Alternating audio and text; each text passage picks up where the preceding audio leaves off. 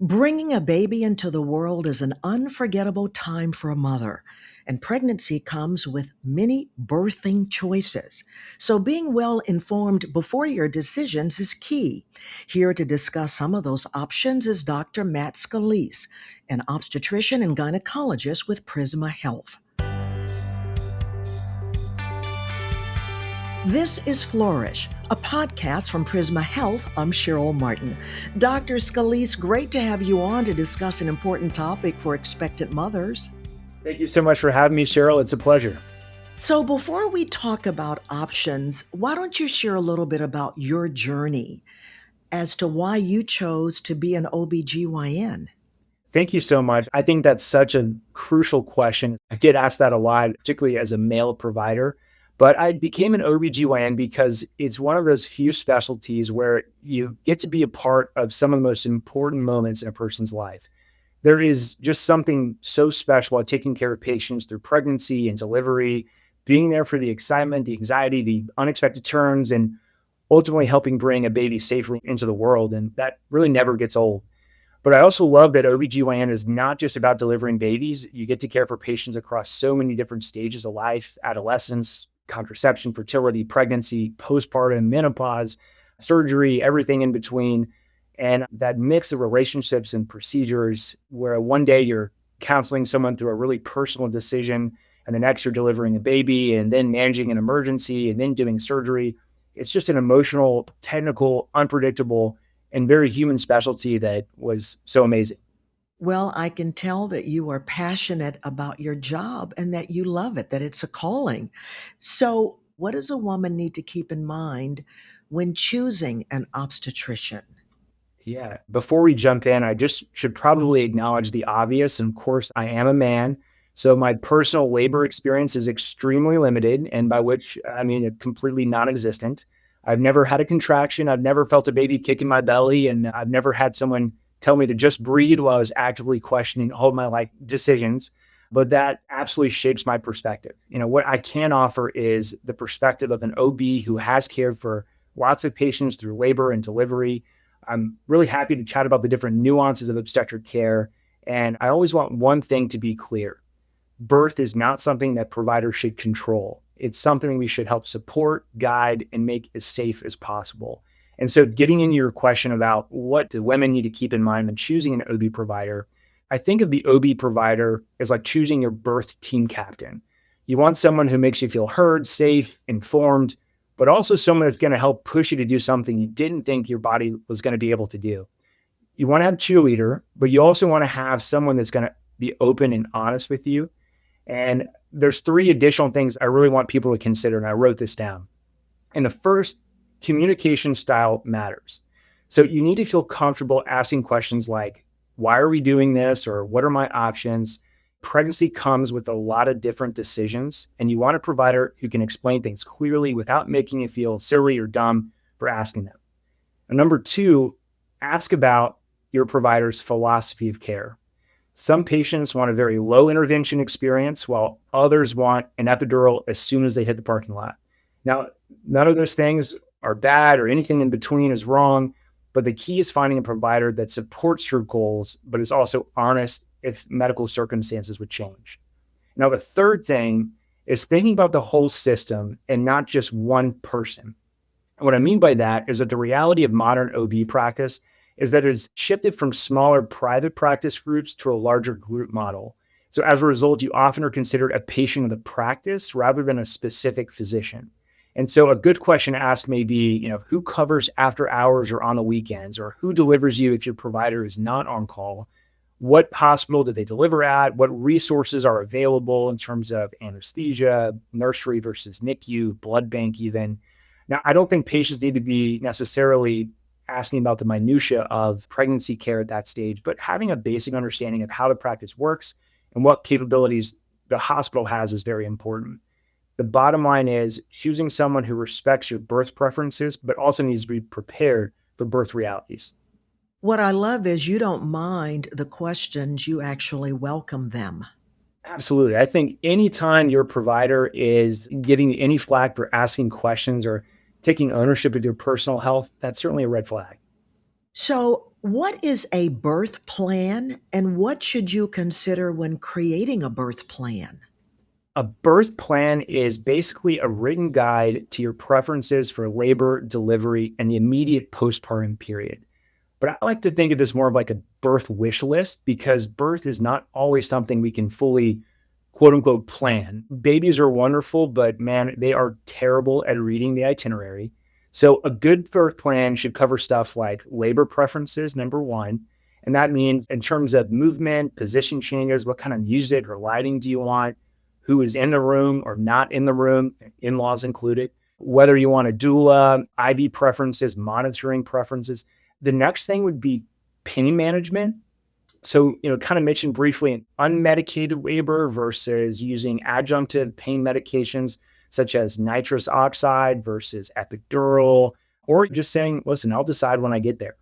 Another thing to put in your birth plan is delivery preference, meaning what kind of pushing positions do I want? Do I want a mirror, delayed cord clamping, skin to skin? Who cuts the cord? And lastly, newborn preferences, breastfeeding versus formula, really capitalizing on that golden hour, newborn medications and vaccinations they prefer, and then talking about circumcisions if it's applicable. But the most important thing is to keep that birth plan, that birth wish list flexible. A birth plan should never feel like a contract with your medical team, in my opinion. It's more of a conversation starter. I feel like there's so much stuff out there on social media that's definitely added to the colorful flavor of many birth plans. And sometimes, while some things on social media are rooted in truth, it may not be as clinically applicable to that particular patient. And so patients, sometimes there can be an adversarial dialogue that happens between the provider and the patient if what they've heard maybe doesn't coincide with that provider's recommendation. So again, having that open and honest discussion is so important so that we can come together to find a good birth plan that fits within what you want to do, how you vision that birth, but also it's safe. My ultimate goal is a healthy mom and a healthy baby. And as long as we can agree on that, I think we're in good shape. That's great. Now, there are a lot of options these days. So, one question is, why should you choose a hospital for your baby's birth versus a birthing center or home birth? People sometimes think choosing a hospital means giving up a calm or natural birth experience. Now, that's honestly the furthest thing from the truth. A hospital can still support a very personal, low intervention birth, and especially at Parkridge, where I work at. But it also, and most importantly, gives you immediate access to emergency resources if it's necessary. The biggest advantage of a hospital is that if things change quickly, help is right there. Labor can be a beautifully normal labor course, hours and hours, and then suddenly require immediate intervention for bleeding, fetal heart rate concerns, a shoulder dystocia, severe blood pressure issues, infection, so on and so forth.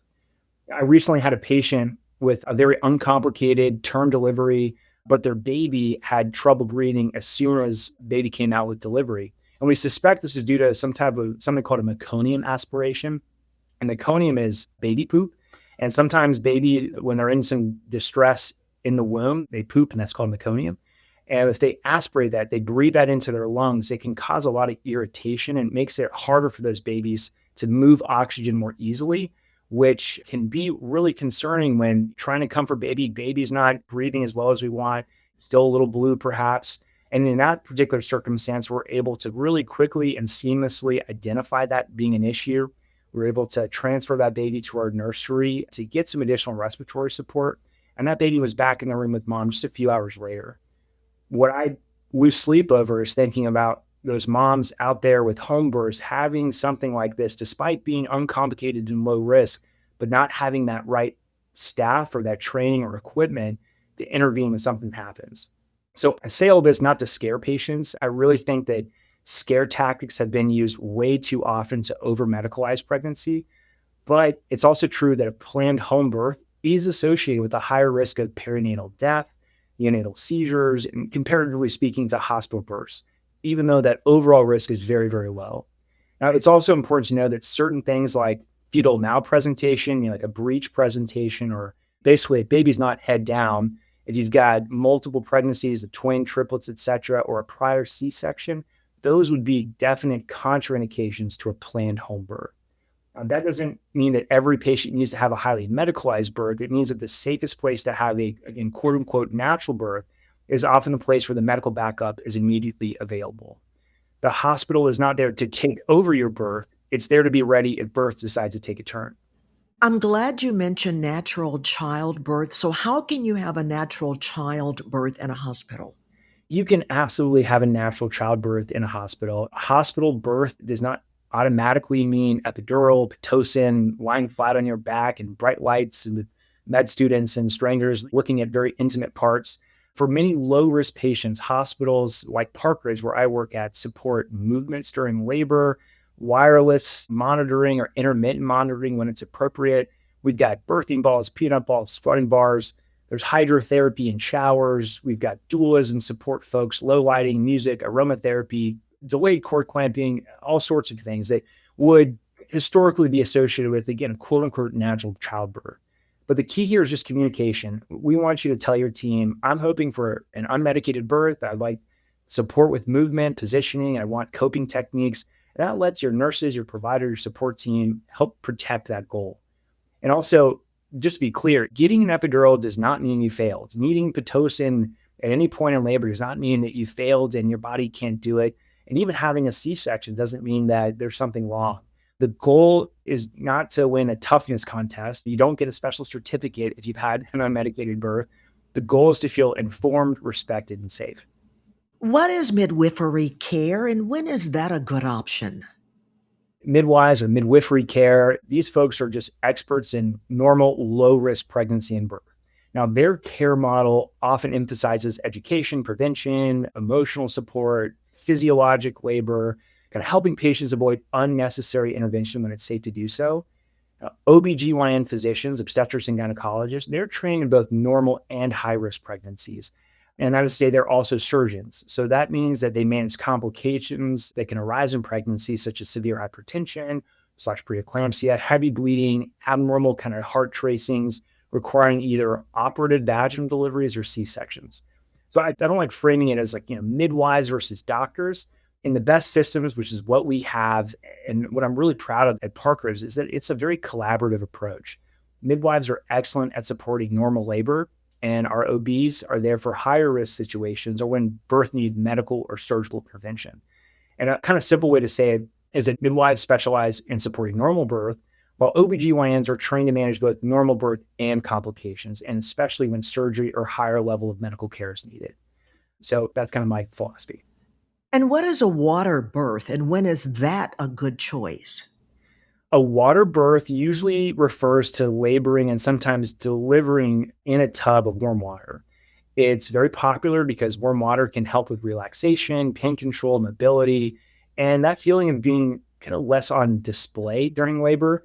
But it's an important distinction between laboring in water and delivering underwater, which those are not really the exact same thing. So for appropriate low-risk patients, water immersion during the first stage of labor up until about 6 centimeters can be a really helpful comfort tool.